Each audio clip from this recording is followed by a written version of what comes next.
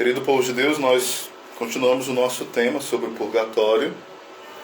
Ontem nós iniciamos falando sobre e a importância, né? Às vezes a gente até fala o nome purgatório, mas a questão não é falar o nome, é rezar pelas almas do purgatório, acreditar que ele existe.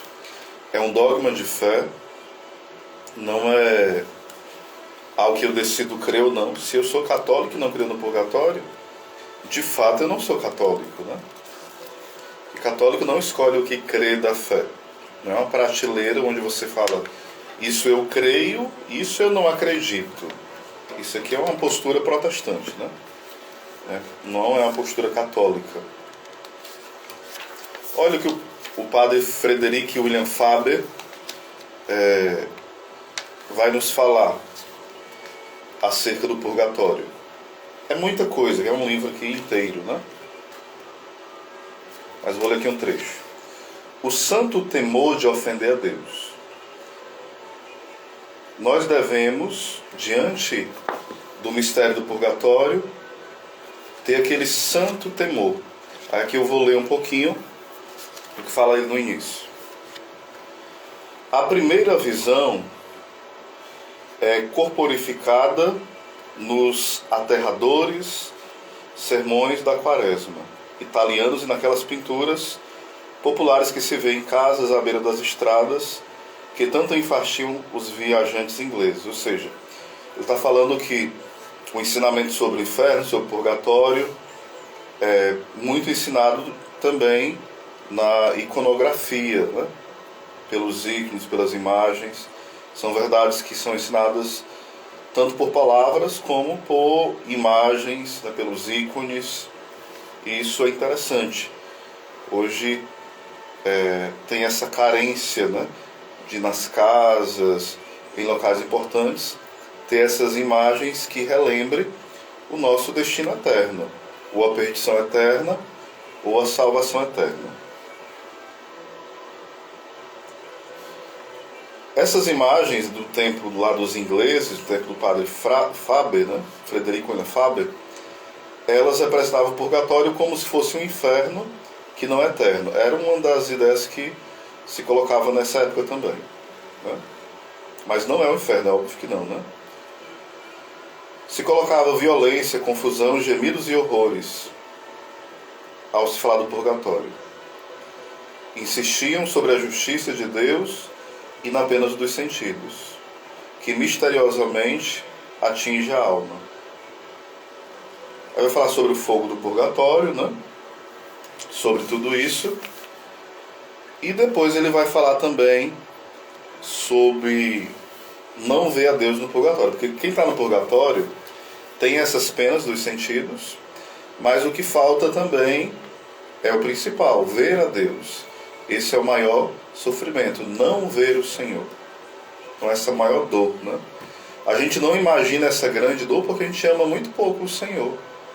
Se nós amássemos de fato profundamente o Senhor, nós pensaríamos o seguinte: eu não posso pecar, eu tenho que lutar contra qualquer pecado, seja venial, mortal, não posso cair, tenho que clamar a graça de Deus, tenho que fugir da ocasião do pecado, porque mesmo que eu vá para o purgatório, eu vou passar tempos, entre aspas, né, sem ver o Senhor.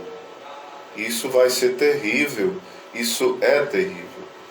Então o purgatório é um lugar também de esperança, porque quem vai para lá espera alcançar o céu e de fato vai alcançar o céu. Os santos tiveram várias visões, né, acerca do purgatório. Por exemplo, o desejo de ver a Deus. Os santos contemplaram em suas visões muitas almas que estavam ali cheias de esperança, mas de certa forma angustiadas, porque desejavam ver a Deus e não podiam, aquilo que eu estava falando, né? Eu vou falar aqui um pouquinho o relato do padre Frederico William Faber. A segunda visão do purgatório não nega nenhuma das características da visão anterior, mas quase a coloca fora do campo de visão, por meio de outras considerações. A alma adentra o purgatório com os olhos fascinados e com seu espírito docemente tranquilizado com a face de Jesus, o seu primeiro vislumbre da sagrada humanidade, no julgamento particular que tem de sofrer. Esta visão a acompanha e adorna os terrores díspares de sua prisão, qual uma permanente chuva prateada de raios de lua que parece provir dos olhos amorosos do Salvador. O que está dizendo aqui o padre William Faber? Nós vamos ter o juízo particular, e no juízo particular a gente vai ver Jesus. Como vai ser, nós não sabemos. Não é que a gente imagina o juízo particular como se fosse o Alto da Compadecida, né? E não é o Alto da Compadecida, o juízo particular. Embora seja um filme maravilhoso que tem lições profundas, eu gosto mais. Eu tenho até um dos atores aqui, né? O João Grilo está ali fora. Tô bagunçando, viu, Paulo?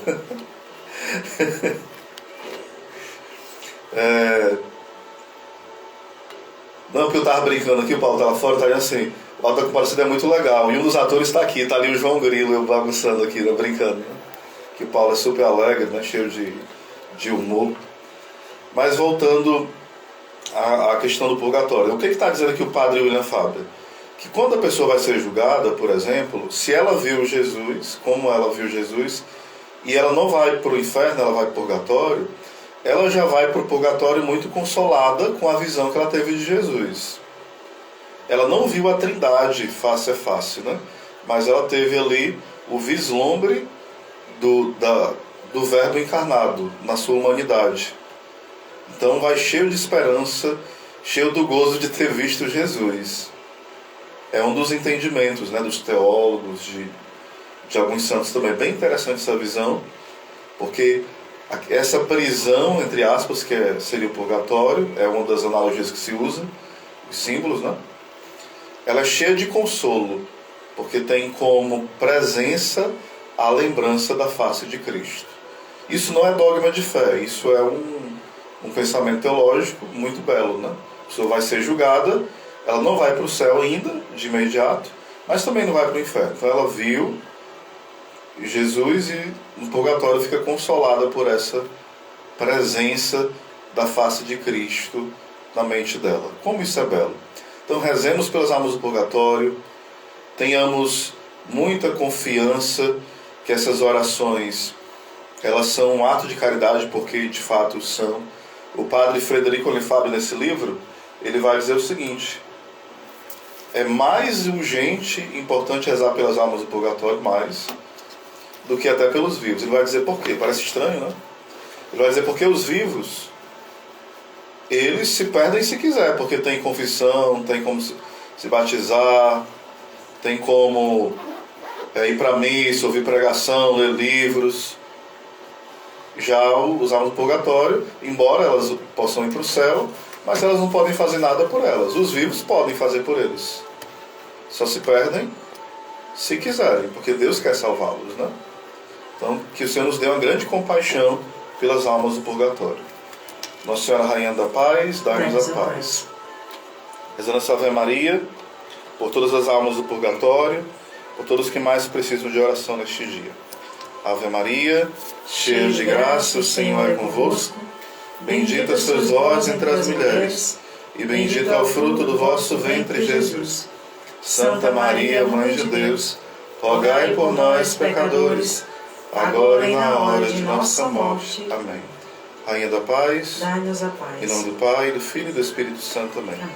Abraçando aí o Johnson, o Anderson, se falei o nome correto do irmão, e o Júnior Abreu, e a nossa amiga Fabiana Ribeiro. Que Deus abençoe.